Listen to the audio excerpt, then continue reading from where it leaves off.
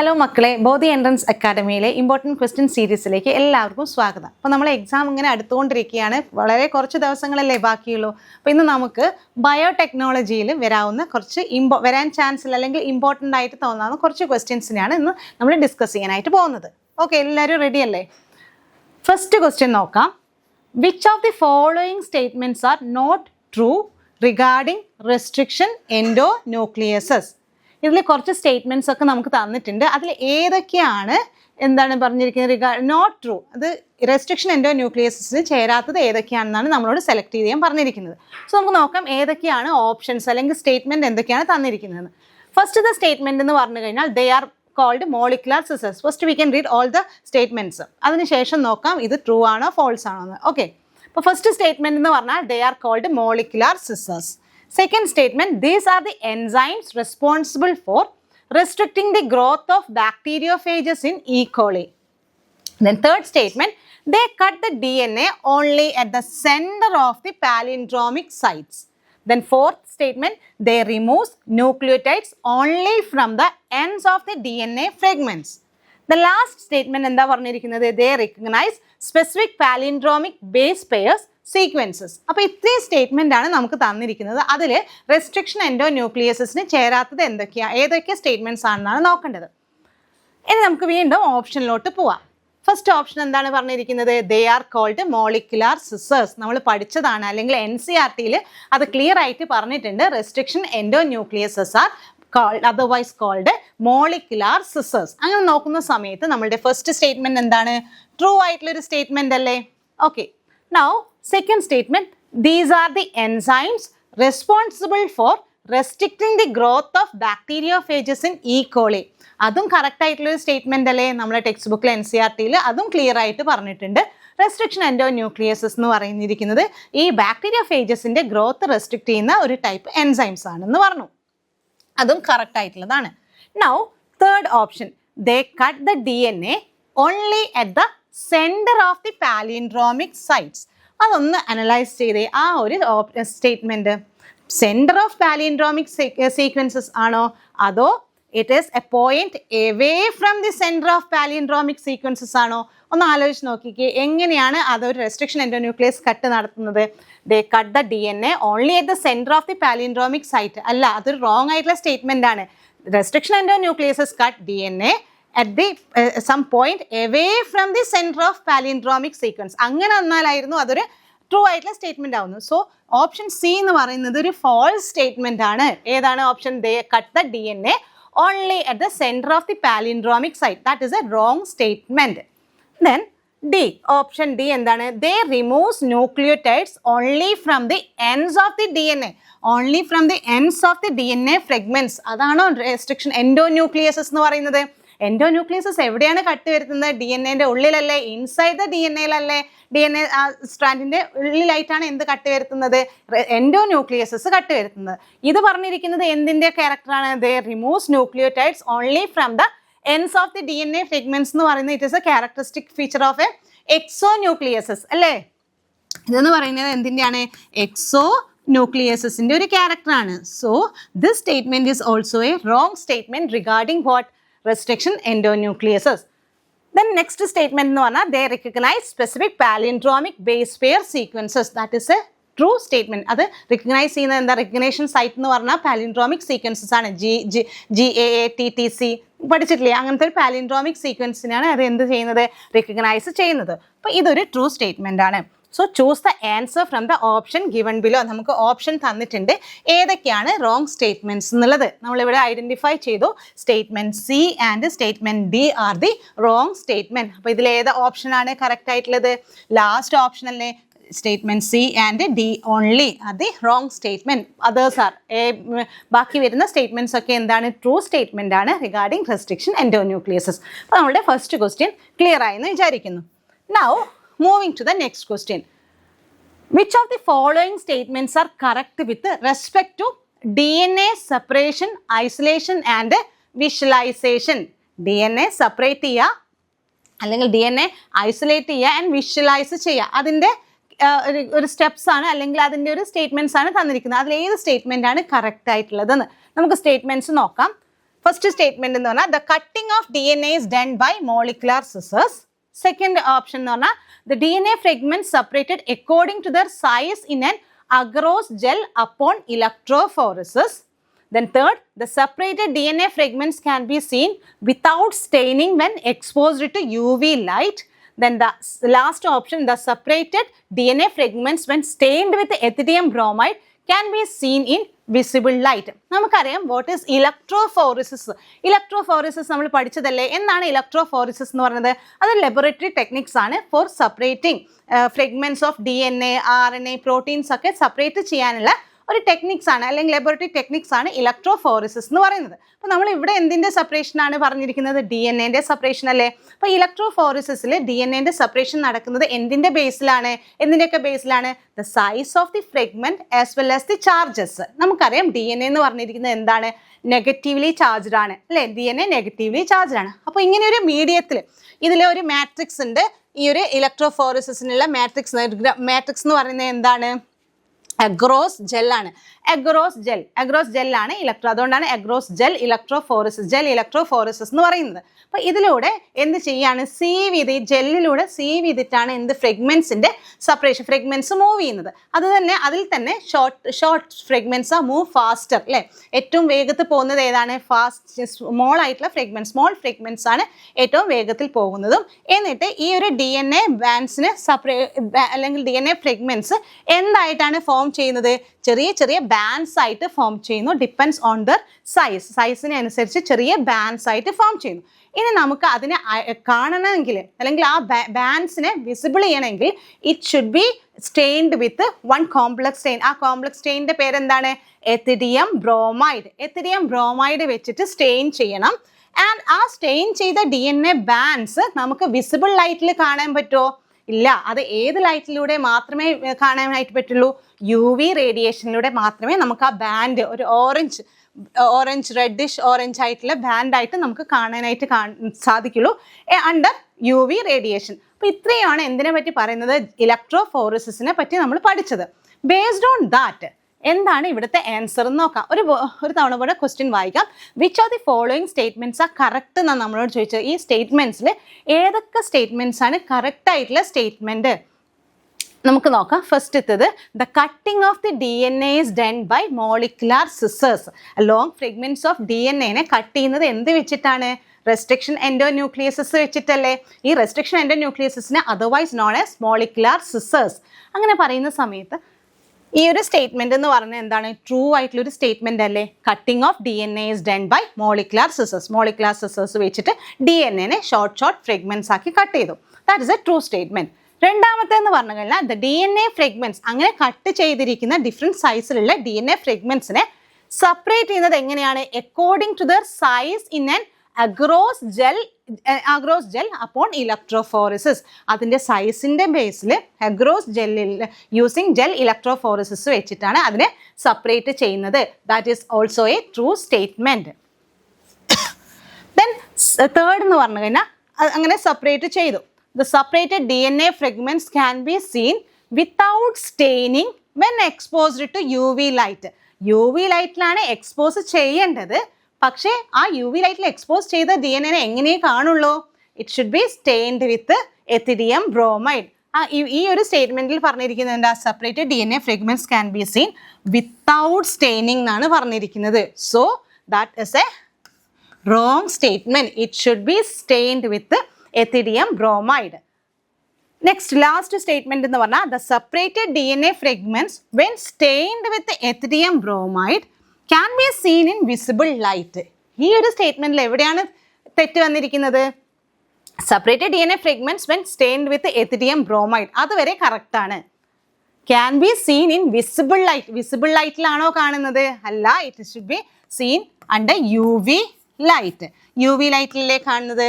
So this statement is also a wrong statement. അപ്പോൾ ഏതൊക്കെ statements ആണ് കറക്റ്റ് ആയിട്ടുള്ളതാണ് നമ്മളോട് ചോദിച്ചിരിക്കുന്നത്. അപ്പോൾ ഫസ്റ്റത്തെ രണ്ട് സ്റ്റേറ്റ്മെന്റ്സ് ആണ് ഈ ഒരു ഇലക്ട്രോഫോറിസിസ് DNA സെപ്പറേഷനെ സംബന്ധിച്ച് എന്താണ് കറക്റ്റ് ആയിട്ട് വന്നിരിക്കുന്ന രണ്ട് സ്റ്റേറ്റ്മെന്റ് എന്ന് പറയുന്നത്. ഏതൊക്കെയാണ്? The cutting of DNA is done by molecular scissors. And second statement ആയി the DNA fragments separated according to their size in an agarose gel upon electrophoresis. ഇനി നമുക്ക് ഓപ്ഷനിലോട്ട് പോകാം. ഓപ്ഷനിൽ പറഞ്ഞിരിക്കുന്നത് എ ആൻഡ് ബി ഓൺലി എന്ന് പറയുന്ന ഓപ്ഷനാണ് നമുക്ക് കിട്ടേണ്ടത്. അപ്പോൾ ഫസ്റ്റത്തെ ഓപ്ഷനിൽ ബി ആൻഡ് ഡി ഓൺലി ആണ്. സെക്കൻഡ് ഓപ്ഷനിലാണ് എന്ത് പറഞ്ഞിരിക്കുന്നത്?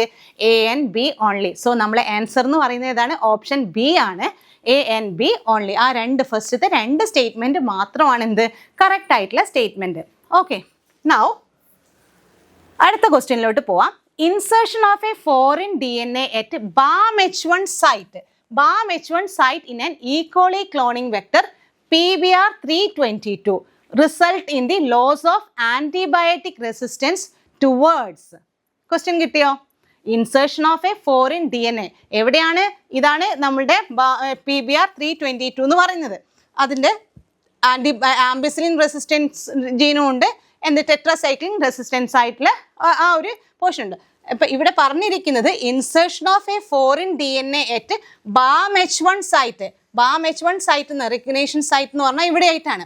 BAM-H1 site in an E. coli cloning vector PBR322 result in the loss of antibiotic resistance. അപ്പോൾ ഏത് ആൻറ്റിബയോട്ടിക് റെസിസ്റ്റൻസിൻ്റെ ആ ഒരു ജീനിലാണ് എന്ത് ലൊക്കേറ്റ് ചെയ്തിരിക്കുന്നത്?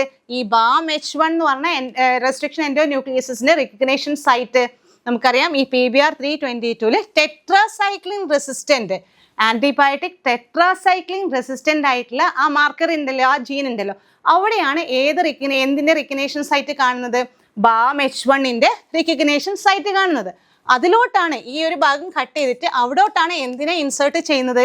ഒരു ഫോറിൻ DNA ഇൻസേർട്ട് ചെയ്യുന്നത്. സോ ആ ഒരു ഈ PBR322 എന്തിൻ്റെ റെസിസ്റ്റൻസ് ആണ് നഷ്ടപ്പെടുന്നത്? അല്ലെങ്കിൽ insertion of the foreign DNA at BAM-H1 സൈറ്റ് in an E. coli cloning vector, ആ ഒരു ക്ലോണിംഗ് വിട്ട് PBR322 result in the loss of antibiotic resistance towards which antibiotic resistance ആണ് ഇവിടെ നഷ്ടപ്പെടാൻ പോകുന്നത്? Because the BAM-H1 recognition site is located in the tetracycline resistant gene. അപ്പോൾ അതിൻ്റെ resistance ആണ്, ആ ഒരു ബയോട്ടിക്കിൻ്റെ റെസിസ്റ്റൻസ് ആണ് ലോസ് ആവുന്നത്. ഏതാണ് ആൻസർ എന്ന് പറഞ്ഞിരിക്കുന്നത്? നമ്മൾ ഓപ്ഷൻ നോക്കാം. Ampicillin and tetracycline, ampicillin, tetracycline. അപ്പോൾ ഇതിലെ കറക്റ്റ് ആയിട്ടുള്ള ആൻസർ എന്ന് പറഞ്ഞ ഏതാണ്? ടെട്രാസൈക്ലിൻ. ടെട്രാസൈക്ലിൻ്റെ റെസിസ്റ്റൻസ് ആണ് അവിടെ നഷ്ടപ്പെടുന്നത്. Okay, now next question. The blue and white selectable markers have been developed which differentiate recombinant colonies from the non-recombinant colonies on the basis of their ability to produce color in the presence of a chromogenic substrates. അല്ലേ, നമുക്ക് ഈ selectable markers എന്തിനു വേണ്ടിയിട്ടാണ് use ചെയ്യുന്നത്? Recombinant ആയിട്ടുള്ള വെറൈറ്റീനെയും non റീകോമ്പിനൻറ്റിനെയും തമ്മിൽ differentiate ചെയ്യാനായിട്ടുള്ളതാണ് എന്ത് selectable markers എന്ന് പറഞ്ഞിരിക്കുന്നത്. അപ്പോൾ നമ്മൾ സെലക്ടബിൾ മാർക്കറായിട്ട് ആംബിസിലിൻ റെസിസ്റ്റൻറ്റ് ഈ ഒരു ആൻറ്റിബയോട്ടിക് റെസിസ്റ്റൻറ്റ് ജീൻസ് യൂസ് ചെയ്യാറുണ്ട്. Ampicillin resistant and tetracycline resistant genes at the same way. അപ്പോൾ അതെന്ന് പറഞ്ഞാൽ കുറച്ച് ഡിഫിക്കൽട്ട് ടാസ്ക് ആണ്. 2 പ്ലേറ്റൊക്കെ നമ്മൾ പഠിച്ച 2 പ്ലേറ്റൊക്കെ കൾച്ചർ ചെയ്ത് അങ്ങനെ എക്സ്പെരിമെൻറ്റ് ചെയ്ത് നോക്കണം. സോ ഈ കുറച്ചുകൂടി ഒരു ഈസി ആയിട്ടുള്ള മെത്തേഡ്സ് എന്ന് പറഞ്ഞാൽ എന്താണ്? അവരുടെ കളർ ജനറേഷൻ, ഈ ഒരു റീകോമിനൻ്റ് ആൻഡ് നോൺ റീകോമിനൻ്റ് ഒരു ക്രോമോജനിക് സബ്സ്ട്രേറ്റിലോട്ട് റിലീസ് ചെയ്യുന്ന സമയത്ത് ഉണ്ടാവുന്ന കളർ വേരിയേഷനാണ് നമ്മൾ വേറൊരു മെത്തേഡായിട്ട് യൂസ് ചെയ്യുന്നത്. എന്തിന്?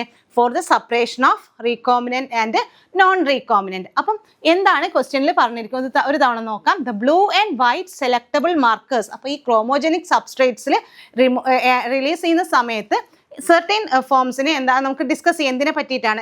ഒരു ഗ്രൂപ്പ് എന്ത് ഫോം ചെയ്യും? ബ്ലൂ കളർ ഫോം ചെയ്യും. ഒരു ഗ്രൂപ്പ് വൈറ്റ് കളർലെസ് ആയിട്ട് ആ ഒരു കളർ ഫോം ചെയ്യും. അപ്പം ഈ ഒരു കോൺസെപ്റ്റിനെ ബേസ് ചെയ്തിട്ടുള്ള ക്വസ്റ്റ്യൻ ആണ്. Blue and white selectable markers have been developed which differentiate recombinant colonies from the non-recombinant colonies on the basis of their ability to produce color in the presence of a chromogenic substrate. Question എന്ന് പറഞ്ഞാൽ given below are 2 statements about this method. ആ ഒരു മെത്തേഡിനെ regarding 2 statements ആണ് ഇവിടെ തന്നിരിക്കുന്നത്. Statement A എന്ന് പറഞ്ഞിരിക്കുന്നത് എന്താണ്? Statement A, the blue colored colonies have DNA insert in the plasmid and they are identified as recombinant colonies എന്നാണ് ഫസ്റ്റത്തെ സ്റ്റേറ്റ്മെന്റ് തന്നിരിക്കുന്നത്. എന്താണ്? The blue coloured colonies have DNA insert in the plasmid. That means recombinant DNA ആണ്. And they are identified as recombinant colonies. അപ്പോൾ ഇതിൽ ആ first സ്റ്റേറ്റ്മെന്റിൽ എന്താ പറഞ്ഞിരിക്കുന്നത്? ക്രോമോജനിക് സബ്സ്ട്രേറ്റിലേക്ക് റീകോമിനന്റിനെ റിലീസ് ചെയ്താൽ അത് എന്ത് ഫോം ചെയ്യുന്നു? ബ്ലൂ കളർ ഫോം ചെയ്യുന്നു എന്നാണ് statement 1. We have to analyse whether it is a false or a true. അപ്പം അതാണ് സ്റ്റേറ്റ്മെന്റ് 1. സ്റ്റേറ്റ്മെന്റ് 2 എന്ന് പറഞ്ഞാൽ എന്താണ്? The colonies without blue colour have DNA insert in the plasmids and are identified as recombinant colonies. എന്താണ്? The colonies without blue colour have DNA insert in the plasmid. അപ്പോൾ without blue colour അല്ലാതെ കാണുന്ന colonies ആണ് എന്തെന്ന് പറഞ്ഞിരിക്കുന്നത്? DNA insert in the plasmid and are identified as recombinant colonies. ഈ രണ്ട് statement നോക്കിയിട്ട് നിങ്ങൾക്ക് ഏതാണ് കറക്റ്റ് ആയിട്ട് വന്നിരിക്കുന്നത്? സ്റ്റേറ്റ്മെന്റ് 1 ആണോ കറക്റ്റ്? സ്റ്റേറ്റ്മെന്റ് 2 ആണോ കറക്റ്റ്? സ്റ്റേറ്റ്മെന്റ് 1 പറഞ്ഞിരിക്കുന്നത് എന്താണ്? ബ്ലൂ കളർ ആയിരിക്കുന്ന കോളനീസ് ആണ് റീകോമിനന്റ് കോളനീസ് എന്ന് പറഞ്ഞിരിക്കുന്നത്. സ്റ്റേറ്റ്മെന്റ് 2 പറഞ്ഞിരിക്കുന്നത് എന്താ? വൈറ്റ് കളർ അല്ലെങ്കിൽ ബ്ലൂ കളർ കാണിക്കാത്ത കോളനീസ് ആണ് റീകോമിനന്റ്. നമ്മൾ കറക്റ്റ് ആയിട്ട് അത് പഠിച്ചിട്ടുണ്ട്. ഒരു ക്രോമോജനിക് സബ്സ്ട്രേറ്റിലോട്ട് റിലീസ് ചെയ്യുന്ന സമയത്ത് റീകോമിനന്റ് വെറൈറ്റീസ് ആണ് എന്ത് കാണിക്കുന്നത്? വൈറ്റ് കളറിൽ അപ്പിയർ ചെയ്യുന്നതും നോൺ റീകോമിനന്റ് ആണ് ബ്ലൂ കളറിൽ അപ്പിയർ ചെയ്യുന്നതും. ഓക്കെ, അതിന്റെ ബേസിൽ നമുക്ക് എന്ത് പറയാം? The first statement is A wrong statement and the second one is the true statement അല്ലേ?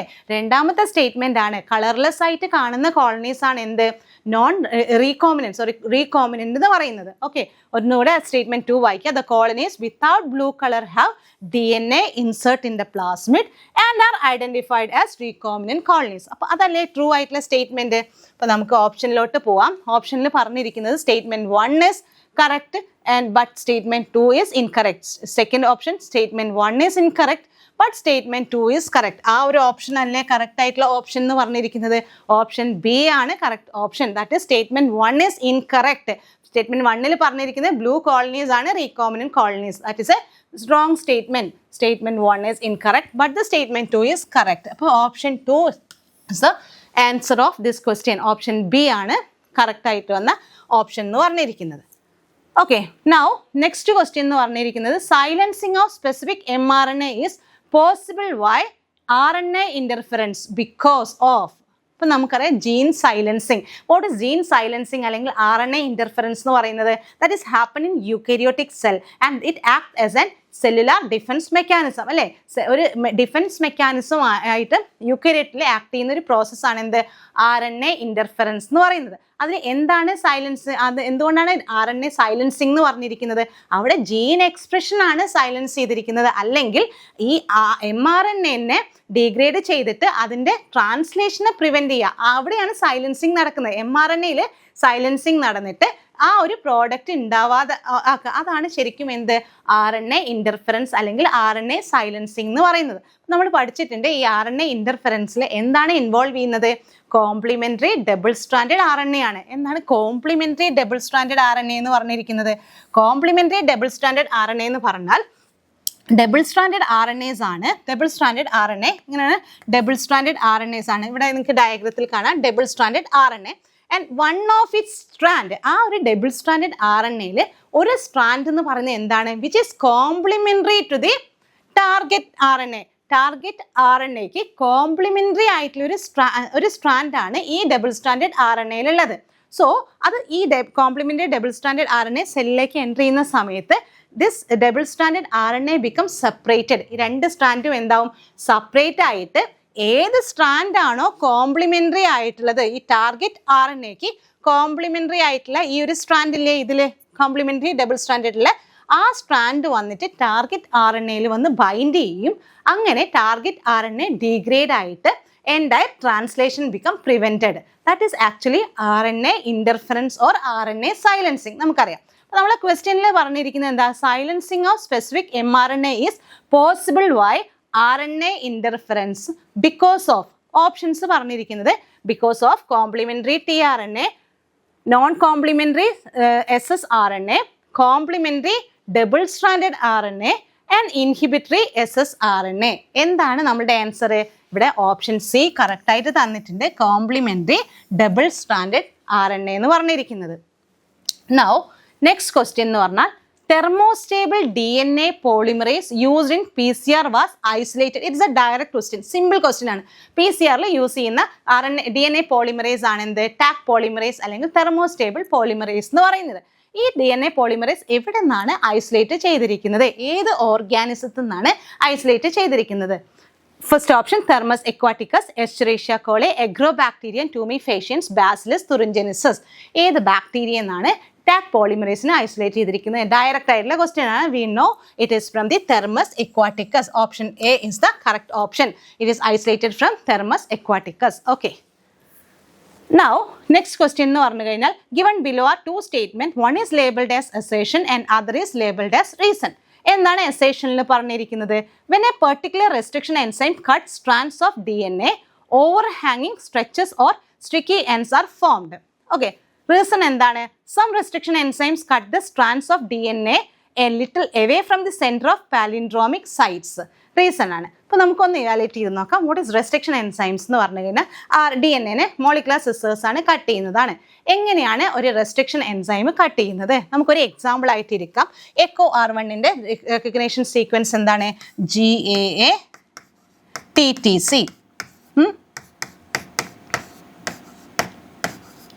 ഇതാണ് ഒരു റെസ്ട്രിക്ഷൻ എൻഡോന്യൂക്ലിയസിൻ്റെ റെക്കഗ്നേഷൻ സൈറ്റ് എന്ന് പറഞ്ഞിരിക്കുന്നത്. അപ്പം എങ്ങനെയാണ് അവർ കട്ട് നടത്തുന്നത്? It cuts between the same bases. It cuts the point away from the centre of palindromic sequences. Cut വരുന്നത് എവിടെയാണ്? A point away from the centre of palindromic sequences between same bases on both strand. അല്ലേ, രണ്ട് സ്ട്രാൻഡിൻ്റെയും same ബേസസിനിടയിലാണ് cut നടത്തുന്നത്. So here echo R1 എന്താണ്? GAA TTC ആണെങ്കിൽ between G and A, ഈ ഒരു സ്ട്രാൻഡിലും G and ഇടയിലായിട്ട് cut വരുത്തും. Here also between G and A. അങ്ങനെ നോക്കുന്ന സമയത്ത് എന്താണ് പുതിയൊരു ഇതെന്ന് പറഞ്ഞു കഴിഞ്ഞാൽ AA TTC 5-3- ദെൻ ഇവിടെ ഒരു G മാത്രം 5-3- G മാത്രമാണ് വരുന്നത്. ഇങ്ങനെ ഇതിനെയല്ലേ എന്ത് പറയുന്നത്? ഒരു സിംഗിൾ സ്ട്രാൻഡഡ് അൺപെയർഡ് സ്ട്രാൻഡായിട്ട് മാറുന്നു. അതാണ് എന്ത്? Sticky ends or cohesive ends എന്ന് പറയുന്നത്. അല്ലേ, റെസ്ട്രിക്ഷൻ എൻസൈമിൽ sticky ends or cohesive ends. ഇതിനെ ബേസ് ചെയ്തിട്ടാണ് അസേർഷനും റീസണും പറഞ്ഞിരിക്കുന്നത്. When a particular restriction enzymes cut strands of DNA, overhanging stretches or sticky ends are formed. എങ്ങനെ ഫോം ചെയ്യുന്നു എന്ന് റീസണിൽ പറഞ്ഞിട്ടില്ലേ?